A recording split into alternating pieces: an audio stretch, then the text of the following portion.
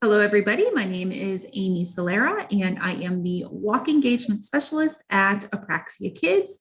And I am a parent with a child diagnosed with childhood apraxia of speech. And today I have Dr. Amy Meredith with me, and we're going to speak about treatment.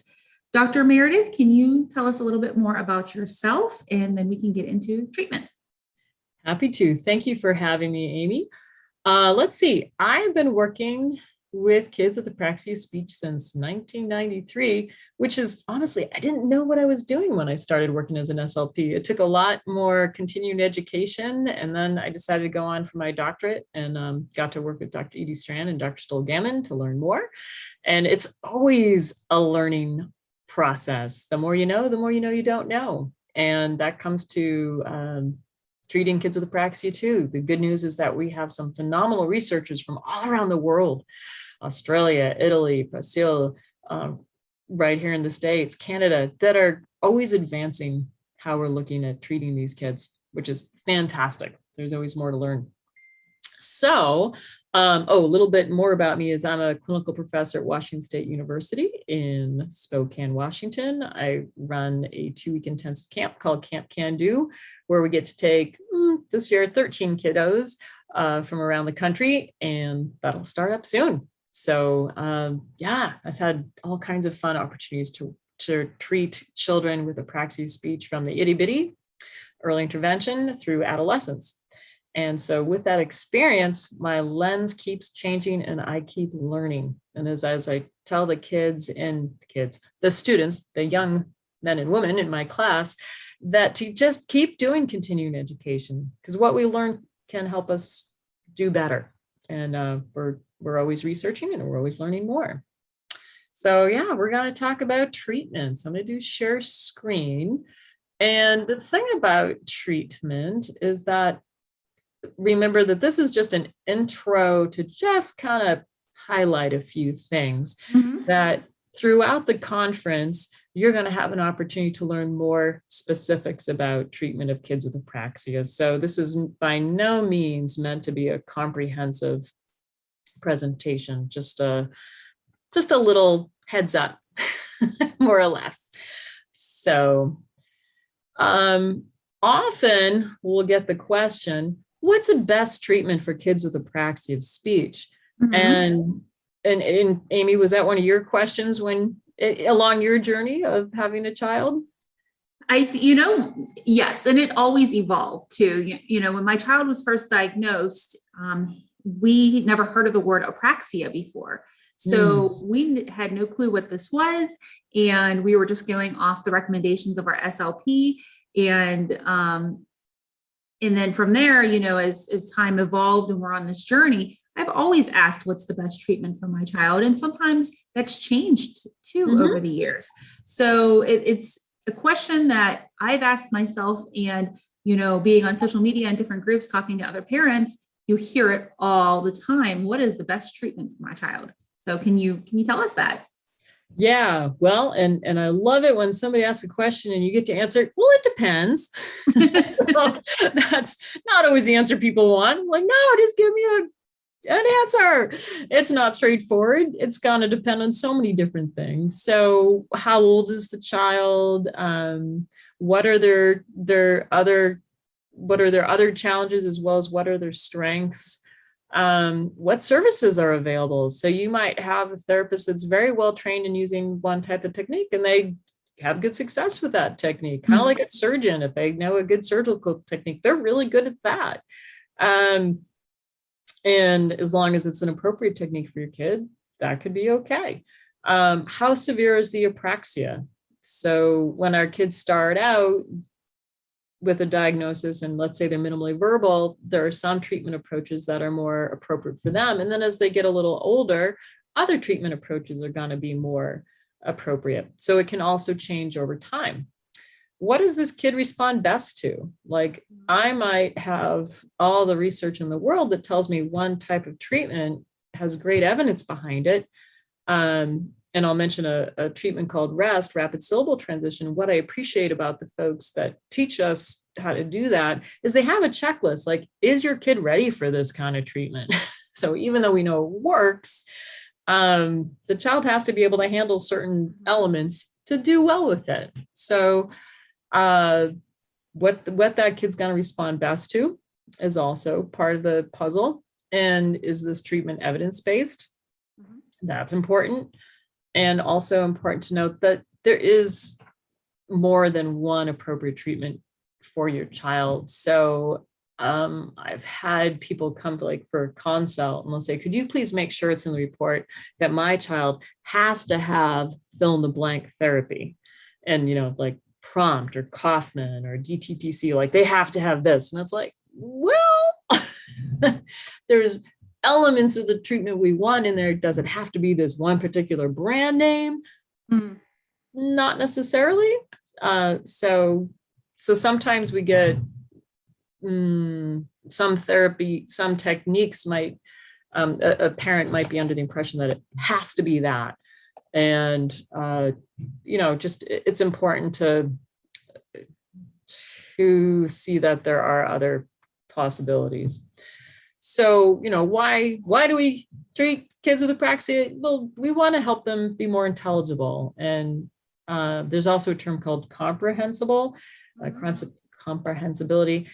And that refers to like, how well do we understand the child given all ways of communicating? So intelligibility specifically just refers to the acoustic signal coming from the mouth, the verbal output. But, unless you're talking on the phone, and even these days we've got a smartphone and we're often visual chatting, we typically communicate with more than just the auditory signal. We might use gestures. A kid might use some augmentative communication. And so we want that kid understood. That's what's important. And so we really, depending on where the kid's at, facilitate overall communication and language. And the child might need to use an augmentative communication system to assist while their verbal speech isn't quite intelligible enough, using gestures, using signs. One of my own children, both of my children were born with cleft lip and palate, and for my oldest, his structures weren't capable of creating intelligible speech. So we got lots of glottal stops and vowels. So like counting to 10 would be a, u, e, or a, I, n. Not easy to understand. So I taught him sign language.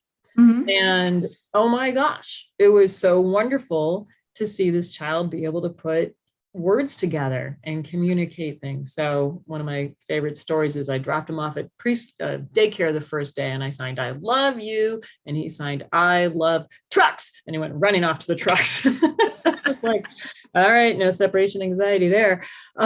Just a little hurt, but okay. My son didn't have separation anxiety either. Oh yeah, yeah. Took off. Yeah, and at age 19, we're very autonomous. So I'm a big fan of using anything for this child to be able to communicate, because they need to see the power of communication. And motor speech is hard, and motor speech is hard work. And once we do have our motor speech working better and we can produce words and utterances that are intelligible, it's easier once we get there. And so the use of sign language in an augmentative device tend to fade away as soon as that child is capable with enough support to get that verbal output. So sometimes I do realize there's folks that fear that if their child is taught sign or use of an AAC device, that their child will never talk. And if you've ever tried to communicate with an augmentative communicative device, it's a little cumbersome. And so once you can talk, chances are you're going to want to talk. So I don't think my son remembers any sign now, but it sure was handy before he was able to speak intelligibly. Treatment for apraxia speech should incorporate what we call principles of motor learning, because we do look at speech as being a motor skill. And that when we're treating these kids, if you had an opportunity to watch the 101 on assessment, is that chances are, if apraxia is a concern for your child, that there might be other concerns too. There might be concerns with expressive language in general, because it's hard to produce longer sentences and lots of different words if your motor speech system isn't there yet. So we want to, pay attention to expressive language. And that goes back to, it is totally fine to use sign and gestures and other things to help this child communicate. Any parent doesn't really want to have more tantrums because of frustration with communication breakdown. And you can just imagine, toddlers in general have a lot of tantrums, and we want to help. We want to help that little guy or girl. So my son was little. He, when he was really little, like he couldn't speak. He used to bite his older sister out of frustration. Sure. And this was a problem, obviously. And she was the only one, though. Nobody else would he bite, just her when he was angry or upset or trying. And he might have not even been angry at her. He might have been angry just at a different situation, but he would go and bite her. And so we knew that something was up or something was wrong, because it was his way of expressing himself out of anger. And then, we taught him some ways to try to get those expressions out to us. And it was a game changer. And he immediately stopped biting her. And not that that's going to work for everybody, but that was our experience early on. Perfect example. Yeah. And it's funny because when I'm choosing targets for kids, especially kids with siblings, because can we do something other than biting? That would be great. Or kicking, or, all the other challenges. I might teach a kid to be able to say, go away or away, some powerful word, because, the other kids get to say that. Right. So there you go. So treatment approaches, they might have more of a motor component, and most do. There might be a linguistic component. There might be a combination of the movement and the linguistic. And so by that, I mean, like sometimes I actually use written words or letters to show a child what sounds they're missing or that kind of thing. And then rhythmic, so like a melodic intonation therapy, where we're going to do it with a certain rhythm. So there's different approaches out there. Motor approaches tend to be the most common, and I'll touch on that a little bit with each one. So when I mention principles of motor learning, you might hear some different terms, and I'm sure there's somebody giving a talk on principles of motor learning, otherwise called conditions of practice. So like I said, speech is a motor skill. And if you think about any motor skill that you've tried to learn, whether it be dancing, playing an instrument, playing a sport, aerobics, you have to sequence movement. And I always joke about when I had to take aerobics, and I'm not much of an aerobics person. I like riding a bike or walking because it's like the same movement pattern over and over and over again. I can handle that. And then so when I went to an aerobics class, I was dragged to by a friend, and the aerobics instructor starts off really nice and friendly, and it's a warm-up activity, and there's a step, and it's and up and down and up and down. I'm like, oh, I'm so happy I could do this all day. And so I liken that to like a duplicated syllable, ba ba ba ba. I'm just moving, one movement pattern over and over again. Fantastic, I'm good at this.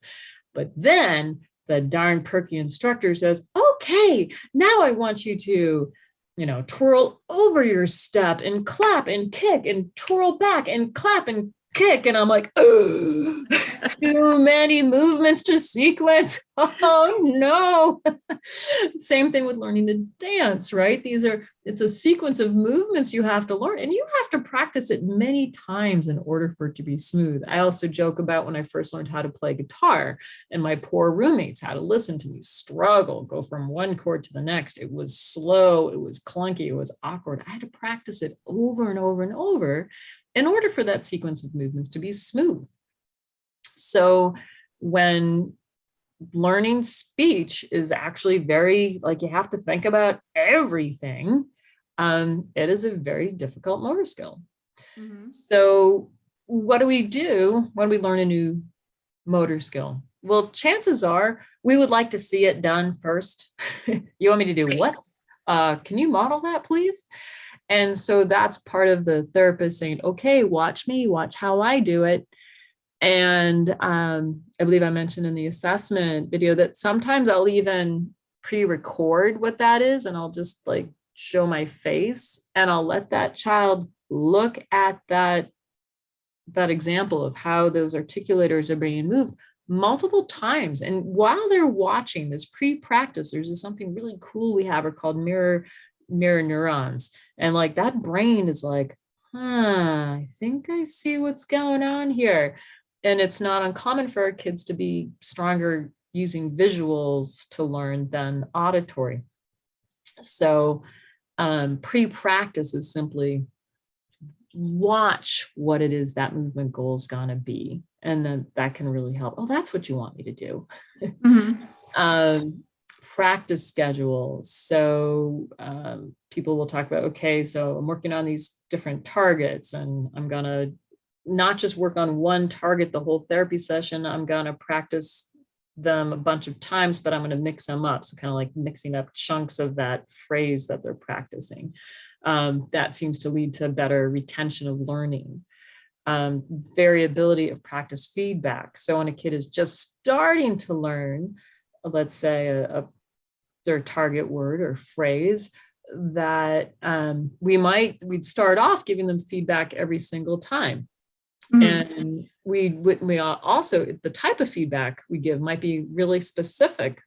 Beginning, okay, this time put those lips together, mom. Or, oh, don't forget to raise your tongue tip. 2. Oh, I liked how you said, ooh, but now let's raise the tongue tip. 2. And we're very specific with our feedback. But over time, as that child is starting to figure it out, we might say, you got it, or, ooh, not quite. And what we're doing there is we want that child to be thinking more, to start owning it a little more, like, oh, okay, if it's not quite, then what do I need to do to change it? So rather than, being their everything, we have to fade back a little bit on the specificity of our feedback and how often we give it. Rate, we tend to slow down our rate because it's easier to learn a new skill when we do it a little bit more slowly. So if you're somebody who's a fast talker, you're gonna slow it down, give them a chance. Apraxia Kids, a long time ago, came out with a CD called Time to Sing, and they took all the classic children's music and they slowed down the tempo. Now, it might drive the parent crazy. We realize we don't need a slow tempo, but for the child, slowing down can be super helpful. And the nice thing now is there's an app for that. You could take any song and decrease tempo. So if your child likes music and they're having a hard time singing along, see if you can find an app to decrease the tempo, and that might give them more success. And oh my goodness, lots of repetitions. Just like I said, when I was learning how to play guitar, I had to practice and practice and practice and practice in order to have it be more automatic. So the therapist gets to be very creative on how to get a lot of practice. And motivation is going to be crucial. This is hard work. If ever you have a family member that says, oh, your kid's just lazy, they just need to try harder, I'm sure your blood boils. Do you have any idea how hard this is for my kid? Yes. Amy, do you have any, not that we want to out anybody in your circle, but folks don't know what they don't know. And so just be like, yeah, guess what? For my kid, this is hard work. So my favorite one that I received is, my son is in between two sisters, and I've been told multiple times from a very loving family member, well, the younger one is starting to speak, and it's going to motivate your son to speak because he doesn't want his younger sister to speak better than him. And I'm going, no. That's not going to work that way, but I appreciate you trying to make me feel better. Yeah. Oh my gosh, as an adoptive parent, oh, you'll get pregnant as soon as you adopt. I'm like, no, it doesn't, like everybody's well. And I guess keep that in mind is that when you do get comments that you're like, ah, in general, people are well-intentioned. They just don't know what they don't know. Right. Like, yeah, Right. it doesn't work that way. My response was always, we're still going to give my child the support he needs Yes. just in case. Exactly. Yeah. We're gonna do this thing called speech therapy because we think it works. Yeah. Or they just need this supplement. Well, yeah. So it's really great for the caregivers and the therapists to have a conversation about what does motivate this child. So maybe, there does need to be some kind of token reinforcement. What activities will this kid want? What's the carrot they're going to work for? And all of those things. I remember we set up this room once so that this child would have to make requests, and there was a little bitty girl, and we put everything out of reach because we wanted her to ask for things. And the dad, such a sweetheart, heart of gold, comes in, he takes everything down and puts it in her reach.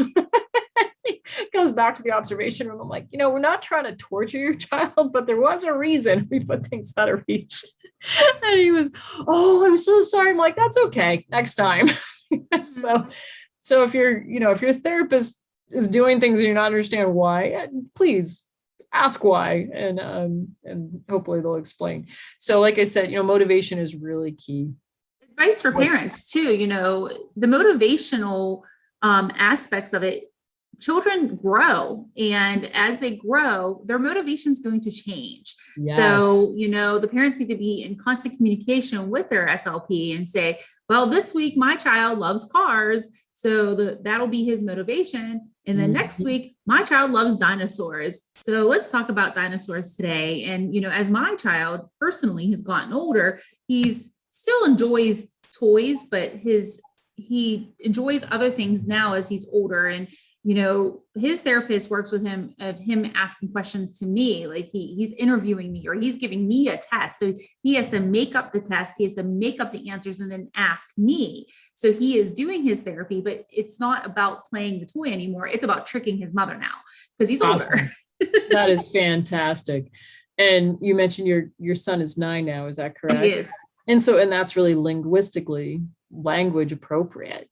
And right. So what therapy is going to look like when they're itty bitty is going to change. My first job was early intervention, birth to 3. And then I worked more with preschoolers through the school age. And then, a lot of my therapy, I'll start them off like around age 4. And now I have them as adolescents. It's like, whoa, things are going to change. So yeah, all great points. So we can talk about motivation all night. But let's go on to examples of treatment approaches because we really need to get into this some more. That's right. I know. I was like, oh, this won't take long.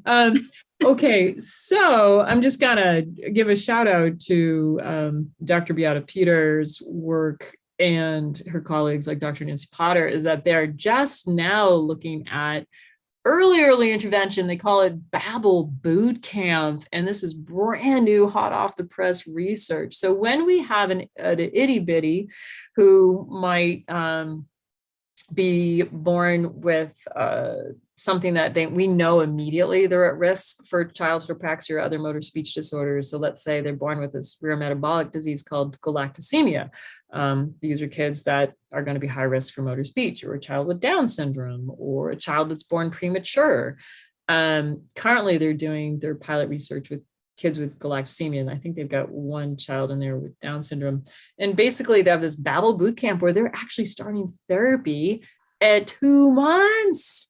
Crazy. Yeah. And they go 2 months to 22 months. And honestly, what this type of therapy looks like is what we would be doing in early intervention in general. So it's like really getting in that kid's face, babbling, reinforcing turn taking, all kinds of interesting things. And I didn't have the link on that for that one. It's so new. So if you do have an itty bitty and you have a question, you can always shoot me an email and I can give you more resources. I mentioned earlier, AAC, including sign language, when needed. And then therapies that help get this minimally verbal child starting to move those articulators. Prompt, which is prompts restructuring oral motor phonemic targets. You can go to that link, Prompt Institute, to learn more. And chances are there will be something about prompt during the conference. Has very systematic, consistent physical tactile prompts to help that child sequence their movement for speech. And I mentioned before, pre-practice, they'll even they don't want the child to say anything. Let's say it's to say the word mom, and they'll say mom, and they'll just put the tactile cues on the kid as they're doing mom. And I only went to one prompt workshop, so don't. I might have switched that. It's all different for everyone. My son, when he was younger, they would touch his face and move his face when he was really little, but he hasn't done that in years. It's right. evolved. Yeah. So when they're really little, but the prompt, like a prompt trained therapist, and in order to be prompt certified, you have to do 3 workshops. So it's not, sometimes people just expect that they're going to find a prompt certified therapist, no problem. It's like, yeah, they're not that easy to come by. It is a wonderful therapy. There is some nice research behind it. And again, that's a good one to get things going. Right.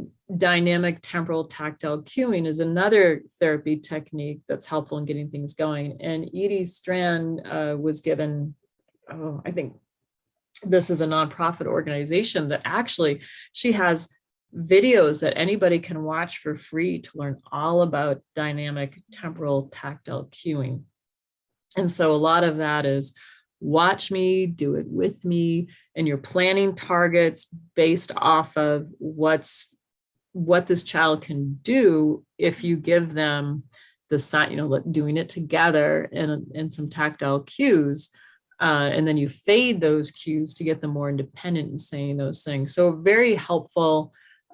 Those first 2, very helpful in just getting things going, getting some power words and power phrases, and being very explicit about the movement sequence that's needed.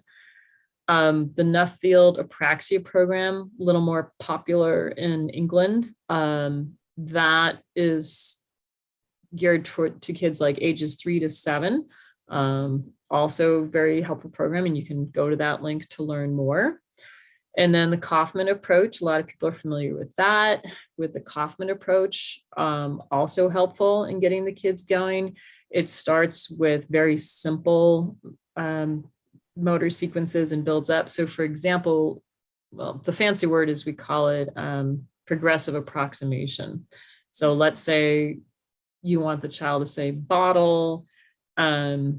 You're doing like a developmental approach to get there. So first they might say baba, because that's easier to do, just open, close. And then maybe it might be bada. So same vowel, just changing the consonant, and then bado, and then badol. So it's you're shaping the sounds used and the syllable shapes to get them from the simplest way of saying that word, approximating that word, to the more mature form of saying that word. And so what's important to point out in all these therapy techniques is you're starting at the most motorically basic, and you're systematically working your way up. And so that's a common thread with the therapies programs that are out there for kids with apraxia. And this is not a comprehensive list. These are the ones that you will find the most often in the literature, but there are others as well. And again, it should be very systematic. And if you find your child is extremely frustrated with the targets, maybe we've overshot it. Maybe we're like, oh, we were hoping that they could sequence this more complicated word or phrase. Let's back up. And so, it's okay to change. Really what we want is to build on success. What with cueing will help this kid be successful, and then fade the cueing so they can gain independence with that word or phrase. And then once they have that word or phrase more independently, then we build So we might build in a more complicated word, and we might add a word or add a syllable. So again, it's very hierarchical and systematic, because remember, we're thinking about speech as being a motor skill, and that's how we learn motor skills. Anybody who learned how to play piano, you might have started off with Mary Had a Little Lamb or Hot Cross Buns, dun, dun, dun. Anybody's parent of somebody who's taken piano, you're like, oh yeah. And then, they don't go straight to Bach or Beethoven, right? The music teacher gives them slightly harder music. You're just pushing them along. You're just pushing hard enough with enough support that they're successful, that you don't lose them. And then, you get them feeling successful. Okay, you're doing that great. And now let's let's make it a little harder. So we're being very mindful of that. There's a therapy technique for more school age, so those first ones I mentioned, a lot of people would feel comfortable using those starting around age 3. And some people might even start a little bit younger. But 3 is more typical. School age, rest, they do talk about using this with kids as young as age 5. What rest is trying to accomplish is the child's lexical stress pattern, because their stress patterns are often challenged. Like beautiful might be beautiful, and they're stressing each syllable, and they're kind of segmented. It's not smooth. And so these children initially, we might be all about getting them to sequence the sounds so we have intelligible speech. But you might notice that doesn't sound very natural. When they say, I want to go now, I want to go now. You're like, huh. I can understand it. All the sounds are there, but let's see if we can, who wants to go now? I want to go now. When do you want to go? I want to go now. Can they change that stress pattern? Can we get that flexibility in the system so they can do more with those segments? So segments is what we mean by as the speech sounds. And then we have a fancy word, super segmental is what you're doing with the speech sounds. It's kind of like that. It's not what you say, it's how you're saying it. So the rest helps us with rapid syllable transition. It actually uses nonsense syllables. And there's this whole program, it comes out of Australia, and you're looking at helping that child sequence these nonsense syllables in a way that their speech sounds are accurate, their stress pattern is accurate, and that they're smoothly going from one syllable to the next. And that's a really nice therapy technique to use as soon as that child has enough sounds to use it. So it's not a first stop. I remember getting a question from a physician, very well intended, saying, hey, I've got a 3-year-old who just got diagnosed with apraxia speech, and is rest appropriate? I'm like, probably not. No, not saying it's not a great technique. It is, but at the right time. So back to, there is no one therapy approach for all kids at all times. You have to be very mindful of, where is this kid at? What support do they need? Does this therapy approach give them that support to improve? So again, what's nice about rest is that we really are focusing more on that smooth co-articulation, that ability to stress the correct syllable. And, my thought and belief system has certainly changed over the years. I used to be like, I'm never going to use nonsense syllables. That's stupid. Well, the research. My kids use in school. Yeah. Well, my kids do nonsense words in school. That's part of their core curriculum. Right. Oh, and is that for decoding, or for what purpose are they doing nonsense? All of my children have learned nonsense words through, they go through Common Core at our school district. And so that's all included. I mean, the first year or two, kindergarten, first grade, was Common Core nonsense words. Okay. And so put nonsense words together and things like that. So probably for the purpose of decoding and spelling and reading and making sure it wasn't just sight word. So, so that would be a different purpose for it. But the parallel is that when working with the nonsense syllables is, let's say the kid is over rehearsed something the wrong way. And you're like, Ah, shoot, here comes that word that we're always going to do the way we've programmed and wish we wouldn't. One nice thing about the nonsense syllables is like, okay, these are novel. You did not practice this the wrong way before. And it gives us syllable structures and syllable length to work on. And the research is showing us that it actually generalizes to real words. So that's a beautiful thing.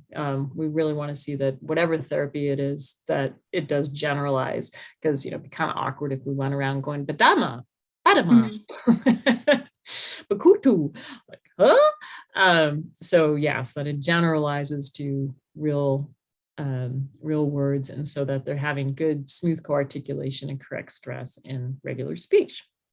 So that can be helpful. And I love Patricia McCabe and her colleagues Dr. McCabe and colleagues do a wonderful job providing little video tutorials and all of that. So these links will be really helpful in showing you more. I remember way back in 1997 when we started paying attention to the fact that porosity was one of the challenges for these kids. And my mentor, Dr. Strand, and I were like, oh, okay, better pay more attention to that. We had this kid we were working with for quite a while, and we hadn't paid attention to varying the porosity. And so one of her functional phrases was, I need help with my math. And she'd say, I need help with my math. I'm like, well, that's interesting. Hey, let's try this. I need help with my math. And she'd say, okay, I need help with my math. Uh-oh. What did we do? So us as speech therapists have to be mindful to use different intonation contours. So we're not just practicing one particular intonation contour. So our therapy needs to be mindful of not needing to do more therapy to undo something we accidentally created. Same with when we're trying to make sure they're including all the words in a sentence, and we might overstress the little words that they're dropping, like the is and the on. He is going, and it's like, nobody talks like that. He is going. We don't stress the little words, and we don't stress the word endings, but we're trying so hard to make it salient to the child. We overdo it, and it's like, oh shoot. That's why I like using print to point out the words, so I don't have to overstress when I'm saying it. So being mindful of porosity throughout the therapeutic process, and it does tend to be one of those things that lingers. So I might have gotten all the sequencing of the sounds, and that's doing okay, but we notice, porosity could still use some work, that, that naturalness. So that might be something. Phonologic and phonemic awareness, I love to pull that in, and we call it integrating phonological awareness in our therapy. So I will, certainly write out what the target is. And I love it. I love when the children know their letter sounds. And I actually use a tool called phonic faces. And there's lots of visual letters that are more fun and engaging than our boring old letters. So with phonic faces, that's a program where a material that each letter is a character. So Amy Ann, you see A, and the A's on her mouth, and you associate A. So there's a lot of like character association for each sound. And Peter pops, he pops the P off his lips, and so you learn about him, and he likes popcorn. So for some of my kids, these phonic faces have really helped understand letter sounds much more easily, because it was a character and it was relational. And so that goes along with knowing this child's strengths. If they're a really relational kiddo and they're really appreciate visual and graphic, there's lively letters is another thing that's out there. There's multiple ways to be introduced to letter sounds that are a heck of a lot more fun than A is for apple, what we used to do. So getting that letter sound awareness, I really use that to my advantage, because I'm able to give more specific feedback. And so for example, with the phonic faces, there's Deidre who makes the sound, and Tina Taps who makes the t sound. And let's say I have a kid who's voicing, and every time they try to say to, they say do. And I'll make the Deidre the bad guy. So it's like, well, darn that Deidre. She's so bossy. She keeps saying duh, and she's not letting Tina Tap say her t for two. Let's practice that t sounds. Tina Tap's t. Let's get that air. And I'll have the characters right there. They're just the letters on the faces. And so I'm incorporating you to know what that letter sound is at the same time I'm giving you feedback on your speech. And I'm even making that letter sound the scapegoat. So it's not your fault. It's Deidre. She's so darn bossy. We got to quiet her. No duh, no making, that noise. Be really quiet. Don't wake her up. Whatever you do, don't wake up bossy Deidre. She's such a pain. She's going to make you say do instead of to. So let's try whispering it. To. Oh, good job. You got Tina Tap sound in there. So that's the way I personally enjoy bringing in the phonemic awareness. Or, we left out this sound. Got to include this sound too. So I'm just kind of weird that way. I like to figure out creative ways to help. And again, so when we do allow that kid to see the print that goes with the word, that helps reinforce. Now, I wish English was more straightforward. We've got 5,000 ways to spell one sound. If we were all Spanish speaking, it'd be so much easier. This sound, this letter, that's it. So, oh well. Making sure language and literacy is incorporated, especially as this child's getting older. And social language skills is also something that will probably need to be addressed.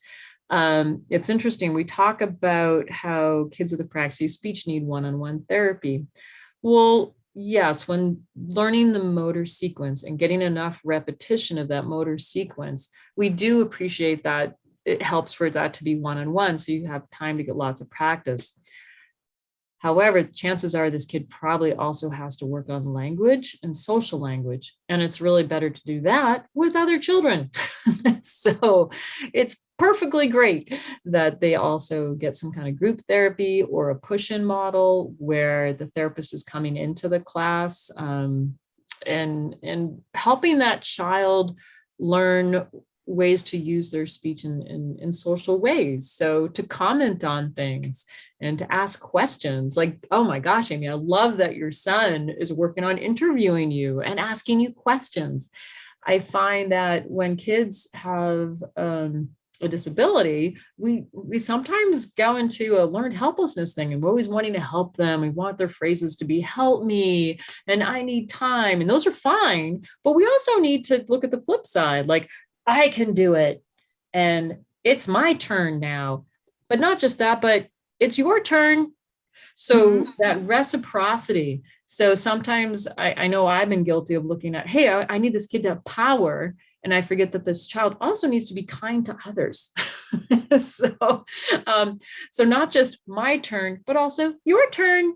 Not just help me, but can I help you? Right.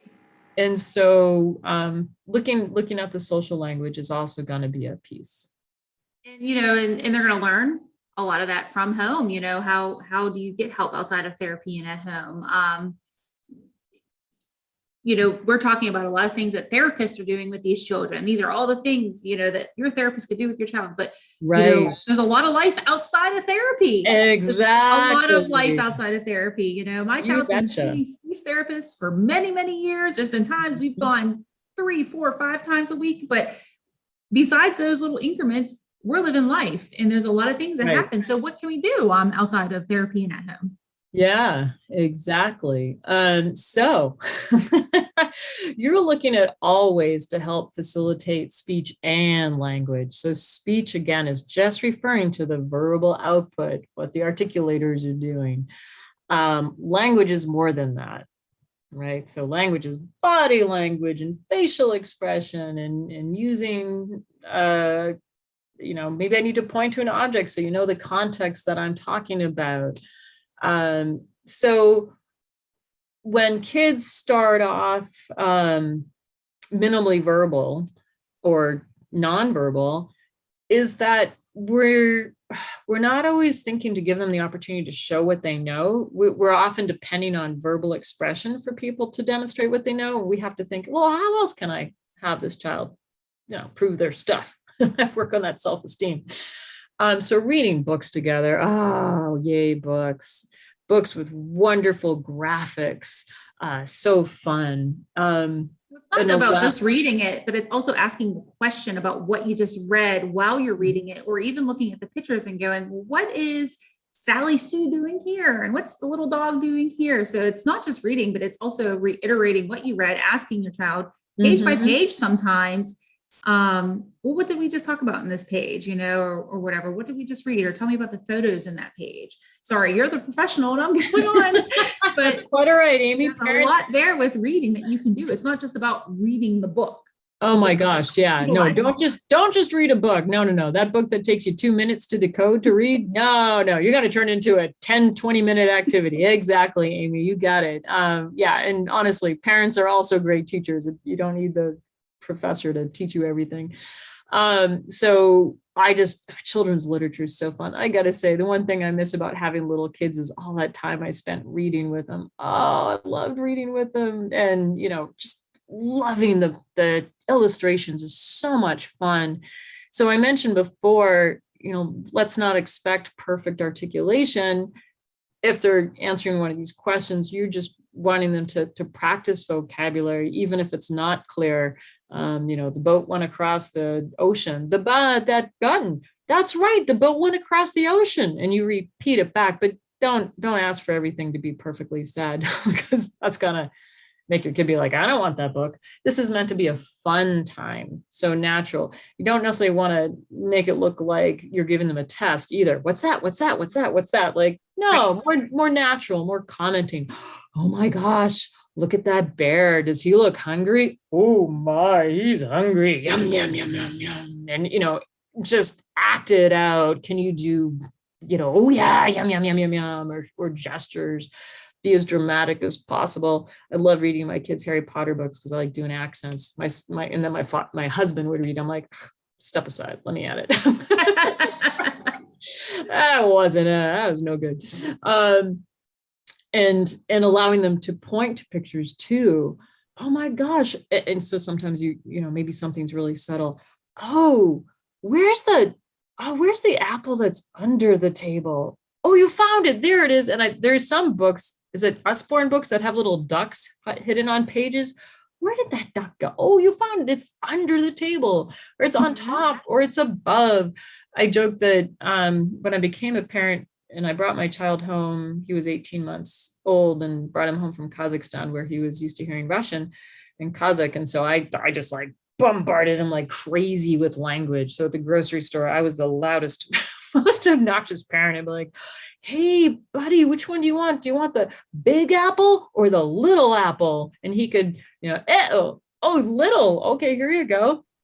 Do you want the one that's on top or the one that's on the bottom? So I would throw prepositions in my choices. Do you want the one that's slow or fast? So I'm giving lots of opportunity to hear descriptors, descriptive words, and prepositions, like I said. So just talk about everything and give the child the opportunity to act it or point. So they're engaged in the book as well. And at home, it doesn't have to be specific times. You can include language in every moment of your life like that. It gets exhausting sometimes. You just let them go, but at the same time, you can be at the grocery store. It's not like we have to do at-home speech right now for 20 minutes. It could be all day of doing at-home speech, just incorporating in your everyday life. And so narrating what they're doing, narrating what you're doing, and encourage them to look at your mouth to see how words are formed. Don't necessarily do it constantly, like, because I might feel like that's enough.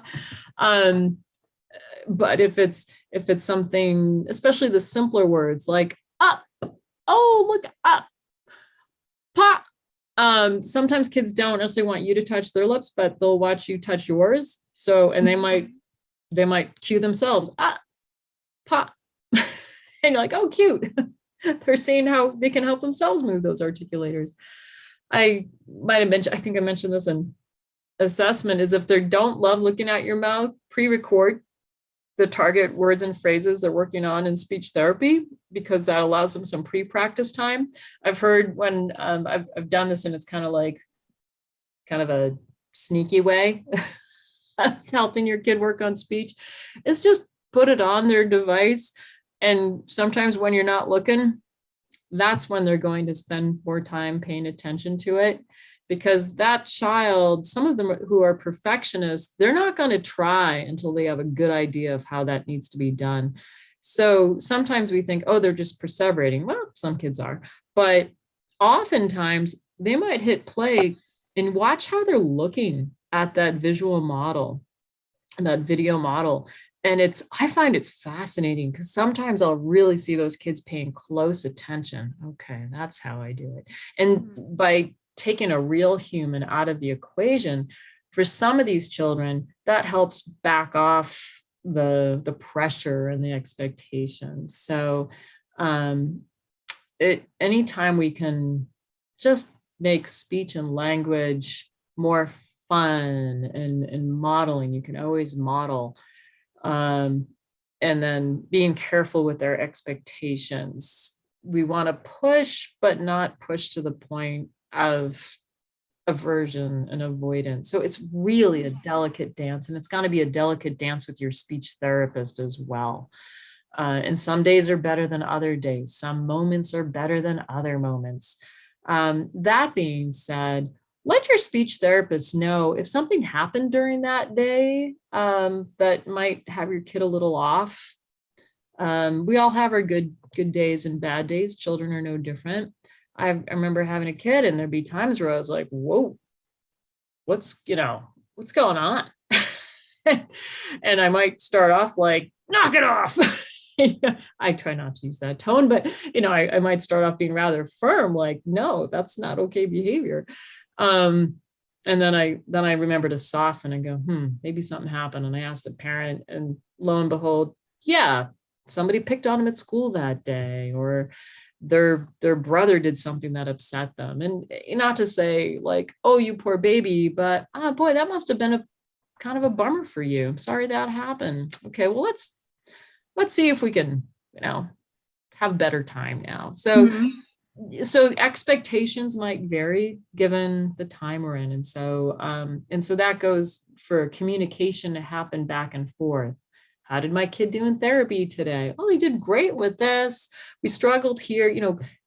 Hopefully you have a good trusting relationship with your speech therapist that you can talk about what's going well, what got challenged, what can we do together working as a team. I've said this before, allow your child to use other forms of communication. I want them to do something. I don't want them, like, if they're just doing and pointing, can I move them beyond and pointing? Can I move them to a closer approximation or a gesture? So again, we're always kind of pushing them along. What are you capable of? We want that. If they can do more than one word, you want 2 words. If they can do more than 2, you want 3. So again, it's a dance. There we go. Note communication breakdowns. You mentioned this earlier, Amy, about how your son was biting his sister. It's interesting how often I'll ask a family, okay, so what do you think would be some good power words, target words for us to address? And they're like, oh, I just can't think of them right now. It's always hard on the spot. So have something to journal in or note, like, oh yeah, oh my gosh, we had the biggest breakdown because he wanted his Batman, I don't know, cape. And we didn't know what he was saying, and it turned into a nightmare, and we finally figured it out. Okay, well, is this a common thing? Like, great. Then let's try to figure out how to target something so it's intelligible, so we can avoid that breakdown in the future. So that really helps to know what's gonna help you at home. One of the things And that we did for our son whenever he got older and he would be mad at us and angry, but he couldn't get the words out, he would often go into his bedroom really angry, and he would yell at us, and he didn't want us, he was trying to tell us he didn't want us to come in, because he wanted alone time. But what we ended up doing was putting a dry erase board on his door. And so when he was angry, he could write "no mom" or "no M," no D for dad. So that way we knew we weren't allowed in his room at that time. Yeah, As that's a way great. to get through that. How old was he at that point? Probably about 6. Okay. 6 and a half. So being able to write on something, that was good. And now you're reinforcing writing at the same time. That's fantastic. I mentioned earlier, like I've taught little ones, and I'm not trying to teach them to be rude. I just want them to have some power. So away, or go away, or to disagree, no way, like simple consonant vowel or vowel consonant, simple syllable shaped words that give some power. And if your child, most kids can say no, but some kids can't. And so as much as we don't love that word, that's a natural part of development, no and why, then we would probably want to target those things.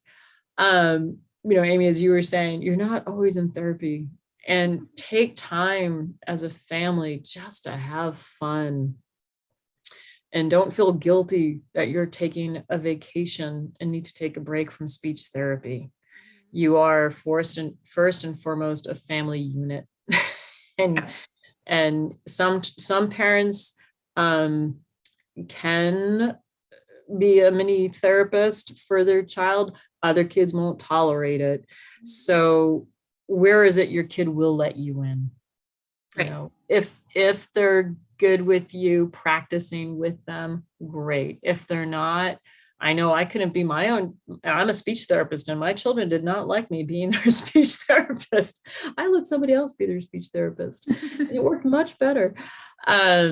But yeah, like I said before, narrating everything, reading books together. They try to tell you something, say it back.